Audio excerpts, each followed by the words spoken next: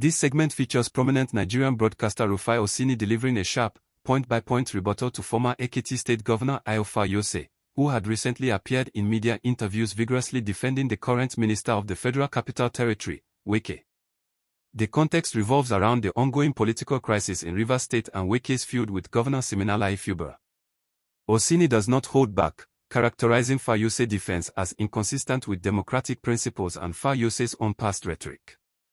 The video is a monologue of critical analysis, where Oseni dissects what he sees as the hypocrisy and dangers of political godfatherism and blind loyalty. Before we proceed to the video, please like, subscribe and turn on your notification bell to get notified when we drop new content. The conversation with the former governor of Ekiti State, Ayo Fayose there. Well, what do you think, guys? Let me start with you. Brilliant interview. Brilliant. Honestly, and very so good enjoyable. One. Very enjoyable. A lot and of also, tongue and cheek.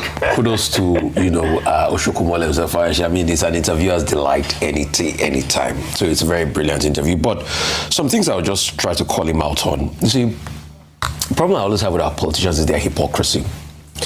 Now you are trying to endorse godfatherism and you are saying that, Fubara should kowtow to Wike, sort of.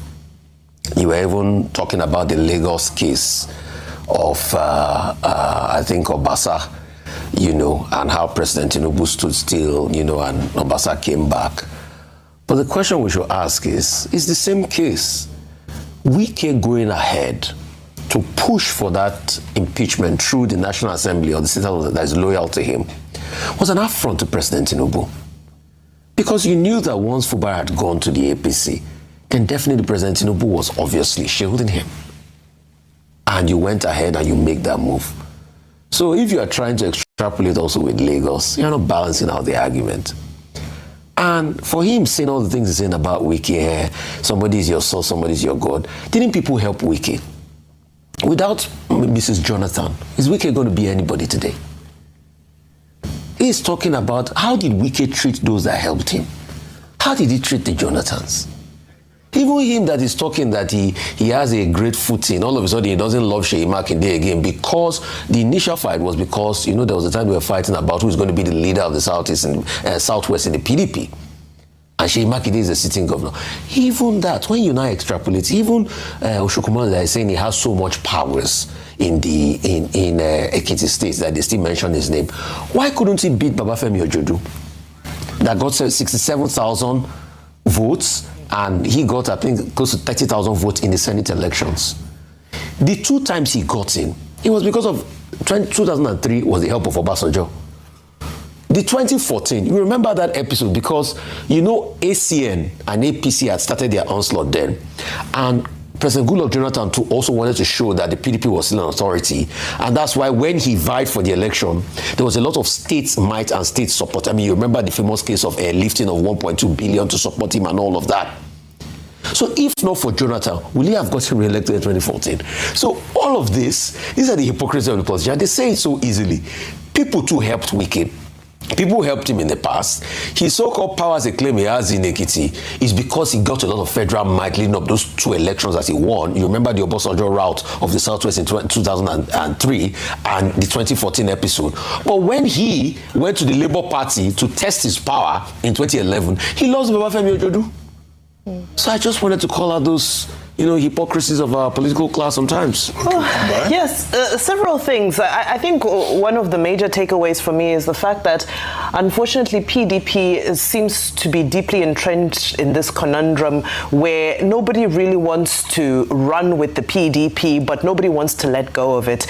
Because he was very clear, he said, well, I can't be expelled from the PDP. I'm still a member, but let alone, of course, he's still reinstating and reinforcing his support for those who are not members of the party in various places. And for me, it reinforced what we were discussing this morning pertaining to comments from Senator Tambuwal, just about the Machiavellian way that politics is played. Is it really about the people or what the people's will? Or have these elites and this political class found a way to corner the outcome of all events?